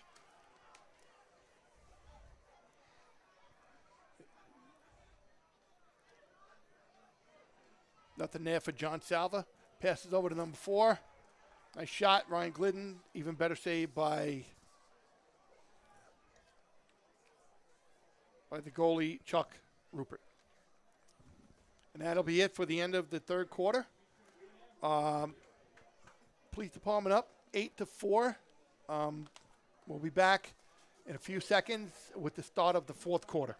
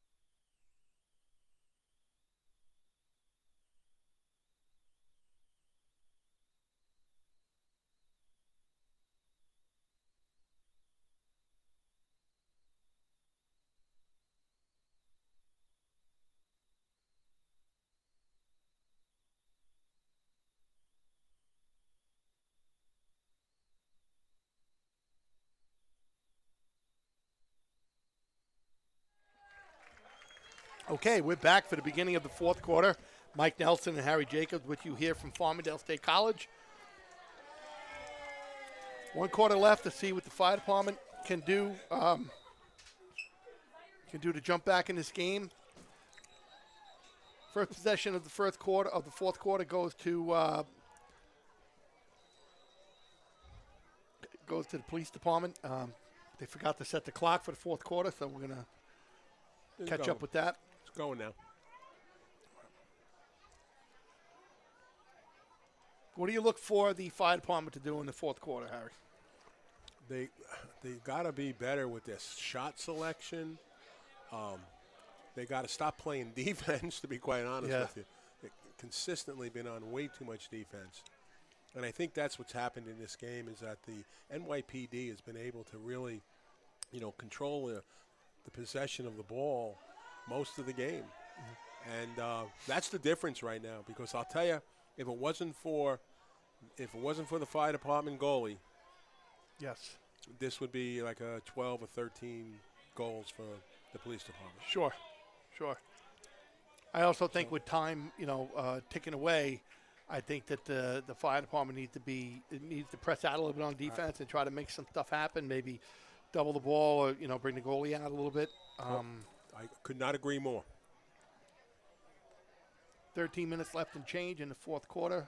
Beautiful night here again at Farmingdale State College. Really, really got lucky with the weather. These two programs, have really gone at each other tooth and nail tonight, as usual, and represented themselves in the game of lacrosse on Long Island in such a great way. This has been a pleasure for me to be here and work this game. How about you, Harry? Same here, Mike. this has been a real pleasure to be here and to be able to see these two really, really good teams be able to play each other and just go at each other. Sure.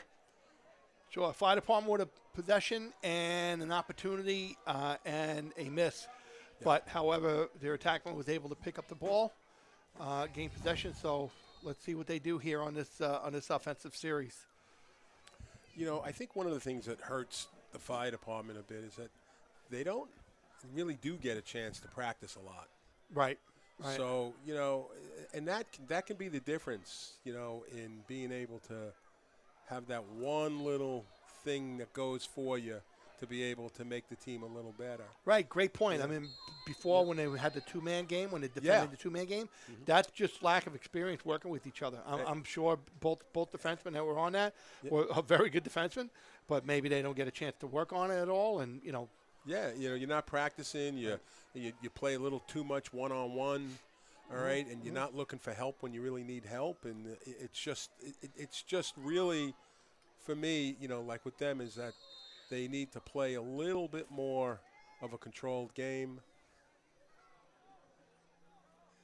and they play way too much defense. Yeah. I mean, you can see. Oh, nice stop, nice save. Nice save. So the police department, despite being up by 4 goals, they're playing aggressive defense. They're pressing out away from the ball. Yes. It's almost like they're daring the fire department to run past them. I think the fire department needs to be a little more aggressive offensively.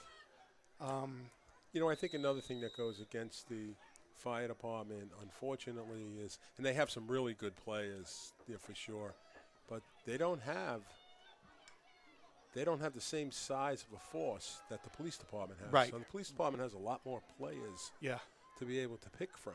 Yeah. But I have to tell you, the men out here from the fire department, they're players. Oh, 100%. They're definitely players. They just look a little tired. Yeah. A little winded, and I think back to the game they played back in July at the Shootout for Soldiers, and that was a 1-goal game. Mm-hmm.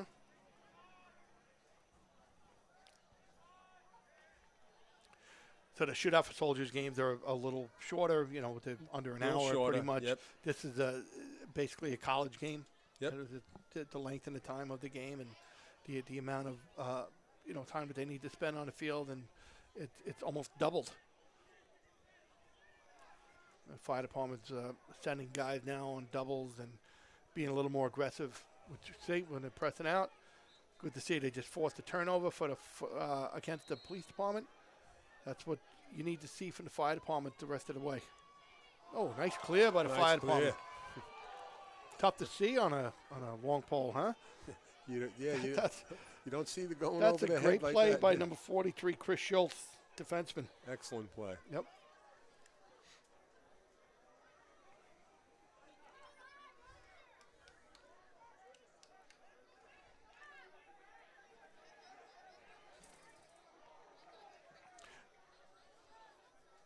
So by the time number 32, Tim Werner got his hands free, he ran out of ran out of real estate. Out of real estate, and his angle was poor, and he took a nice shot, but right at Mr. Rupert.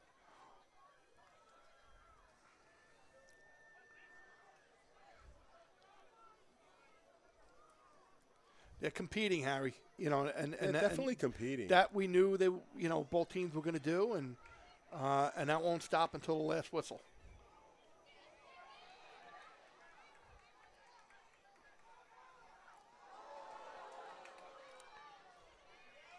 Nope.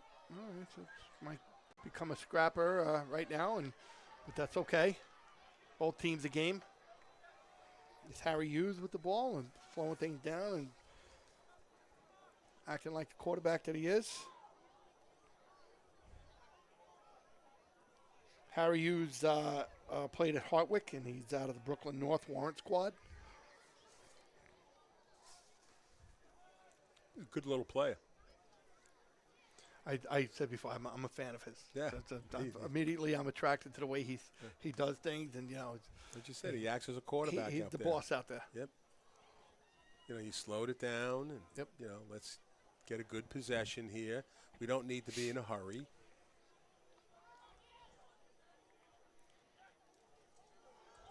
Good handle by number 11. Yeah.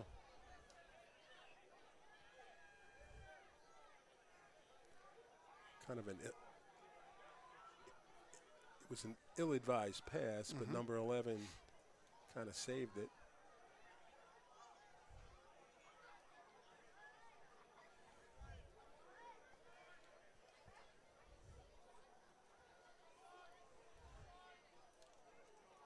See if there's you're the police department. Wow. Very impressed by the fire department goalie by tonight. We keep repeating ourselves, but we can't help it. He just keeps making plays after plays. Very impressed with his ability, Joe Volavka. If you're the police department, you don't need to press right now. You can just really sit back, move the ball, take smart shots. And that goalie is hot.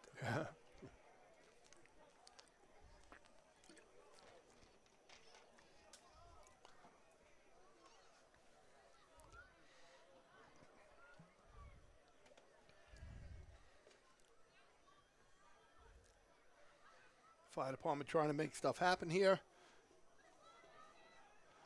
Good look inside. The Dodger took advantage of his matchup with the short stick, was able to shake him, looked inside, couldn't get the handle on it, but they maintained possession. Nice backdoor cut by number 13. We have some little pushing and shoving going on. See, the fire department has to get really right now. You get 7:15, get a good possession. Right. They don't have to score 4 goals at once. Four goals At once, right? They can chip away at it and just make good possessions. And exactly. You got to go one at a time right now. 1 goal. Next play. Good luck. Now that, I have to say, was a great look. And a nice goal by the fire department. I think that was a step play, and it almost looked like a picket fence type of play or a screen on the backside, a seal. FDNY goal scored by number 8, Joe Herman. Goal scored by number 8, Joe Herman. The assist was. Who got the assist? I'll be honest with you, I didn't see it. We're going to track down the assist. You caught me ball watching. But that was a very that was a great feed. Good look. Nice cut by Joe Herman, and a perfect pass by the feeder. Yeah. Nothing a goalie could do. See, that's it. So, like you said, 1 goal at a time. Now it's 3, and let's see what the fire department does. Let's win a face-off. They're going to come up with the face-off.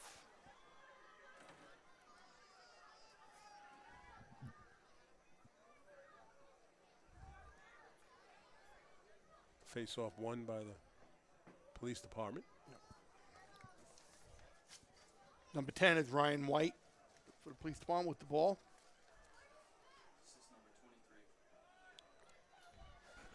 The assist on the last fire department goal was made by number 23, Chris Rogers. He's the one that set up that goal with a perfect pass right in front of the cage. Chris has a couple of points tonight. We haven't seen a lot of goals that are assisted. No. Tonight, a lot of them are, a lot of unassisted goals. Yeah. And I think that's the nature of the way these two teams play. Sure.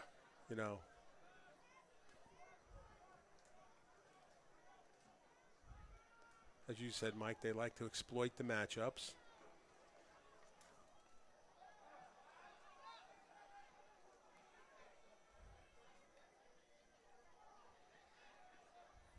Here's our friend Harry Hughes carrying behind the cage, directing traffic.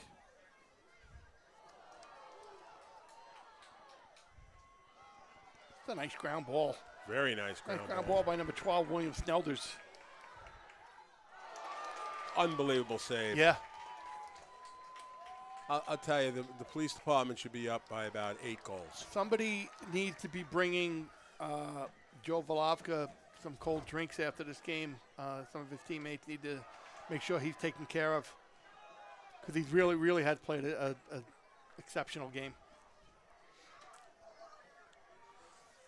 He's kept the fire department in the game. Good defense.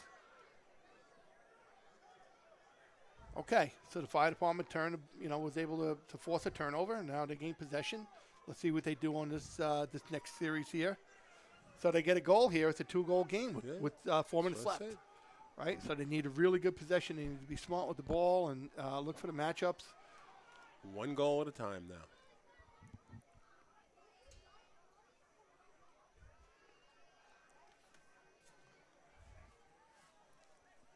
I mean, they have to be aware of the clock, but they got to do it 1 goal at a time. All right, so Dylan Bosch has a short stick matchup here. Slides Police coming. department's looking at early slide. Yep. So look what they recovered very nicely. So to your point before about practicing, it looks like the police department has, worked on that before. They slide very well. Yep. I can just attest to that. It was nothing too complicated. They're Nope. just able to send their slides early and recover from the backside. Yep.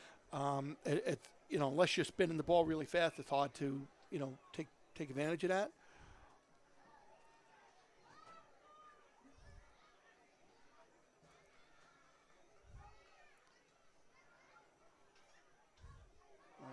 Nice save. Nice save.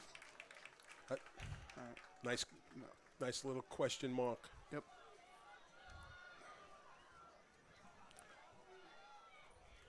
So now, if you're the fire department, you have to start to. You got to start really pressing out now.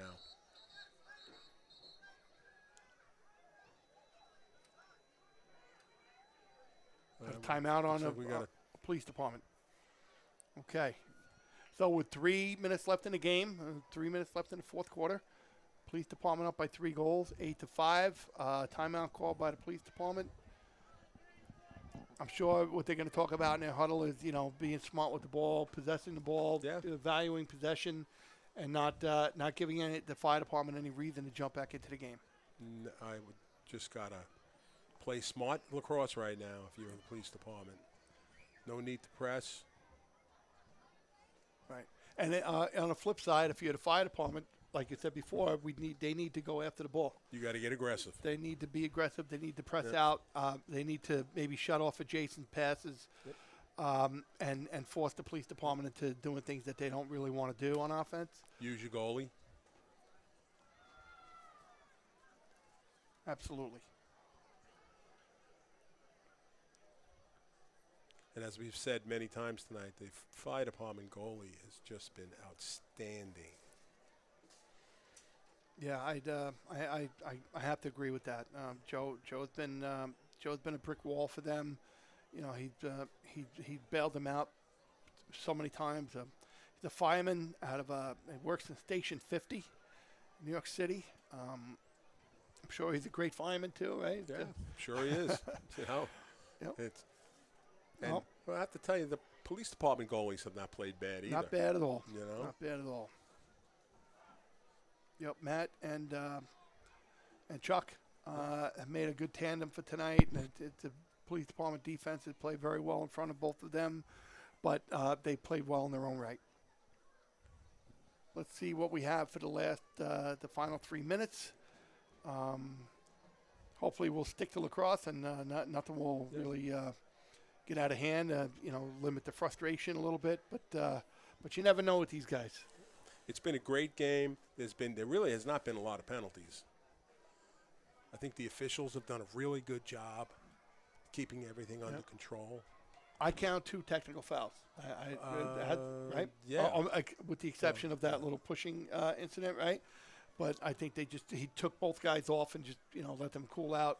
They've controlled the game. The officials. All right, so here's the fire department. They took the goalie out. They're double teaming the ball right off. So they're going to shut everybody else off. If one guy doesn't shut anybody else off, this is a kind of a waste of time. So they're going to have to work really hard to shut off, and the double team needs to take the ball away. And you can't let that happen. Yeah, you can't let them get away from the You can't double let them team. get away from the double. So the police department will keep the ball in front of the cage to keep the goalie in the cage. Once they go behind, then the goalie's free to come out.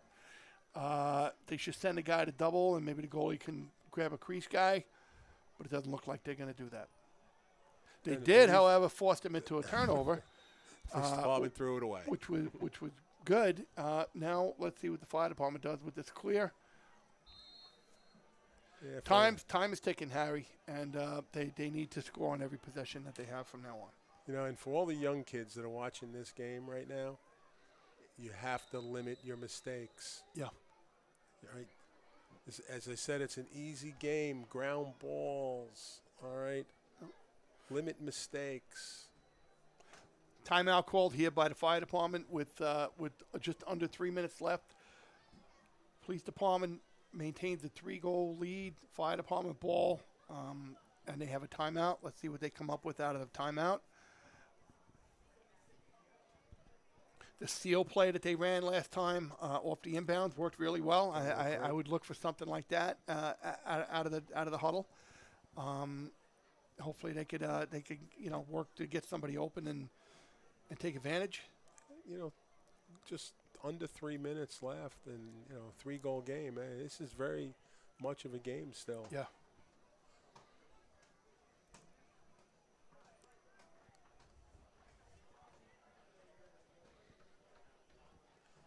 Still, crowd. Nobody's left. Big crowd still. I just think, I think this is a huge event. I think this is great for these two teams in particular. I think this is great for Long Island Lacrosse. Absolutely. It could be advantageous for Farmingdale State College, for their program and hosting something like this and partnering, with groups that are looking to advance the game and give back to the community. It's all good stuff. Well, the college has been very, very open to a lot of things here. And Coach Chamberlain, who has done just a great job with the Farmingdale program. Yes. And has really, getting more and more involved with the lacrosse community on Long Island in general. Which is great to see. Yeah, which is it's really just great. Awesome to see. I'm very happy on a personal note. My son's a walk-on this year for Farmingdale State College, so and it's the draw is the stuff that Coach Chamberlain is doing in the community, and having my or anybody's kid to be involved in something like that is can only help the program going forward. Absolutely, and a lot of people, that sometimes don't think of Farmingdale, and it's a great place to play at. I know it's local. But it really has, been coming on, and the teams Coach Chamberlain has been putting on the field have been really, really good. Sure. So, everybody should think about it, all right? State College, which is even better. Yeah. You don't have to pay as much money, right, Mike? Okay. Yeah, we'll talk about that later, Harry. Yeah, okay. So, brand new facility here, Farmingdale. There's about 3 or 4 buildings on campus that they're totally refurbishing. The campus is beautiful as it is, and they're just looking at to invest more and make more out of it. So I would have to say here's where the game starts to get a little chippy with a minute and a half left. Yep. Fire department down by 3. Hopefully it doesn't get out of control. I would have to say that these guys are shot. Yeah. It's been a tough game. It's been humid. It's a little muggy, and hit a pipe. And they really kind of left everything out on the field. Mr. Rizzo, Captain Rizzo, is going to be upset with us if we don't mention the takeaway that he had before. Nice hit, Mike. Nice hit. Nice hit, right? And and there he goes. Yeah, there's another kid that just ran into Mr. Rizzo. All right, we're under a minute left here. Again, the police department's up 8-5. Short time here. Probably not enough time for the fire department to make it closer. but keep it respectable. We have to hand it to both teams for the competitiveness. There are some really good players out there on both squads, and they really, I'm glad they were able to showcase what they have tonight. I'm sure they love to play against each other, and it's a really good, competitive battle, rivalry, unparalleled except for maybe, Army Navy. But again, at the end of the day, they're all on the same team. A lot of them coach together. They all represent and do good things in the community. It's been an honor for me to be a part of this tonight. Hopefully it has for you too. Yep. I want to thank again Next Level Video for putting on this production. Brian, producer, has been outstanding. The police department and the fire department squad, both of them led by their captains. The officials for doing a great job. All the fans that came out tonight. Personally, I'm looking forward to Never Forget on September 16th, and I hope we can bring this event, the Heroes Game, back next year. Harry, your thoughts?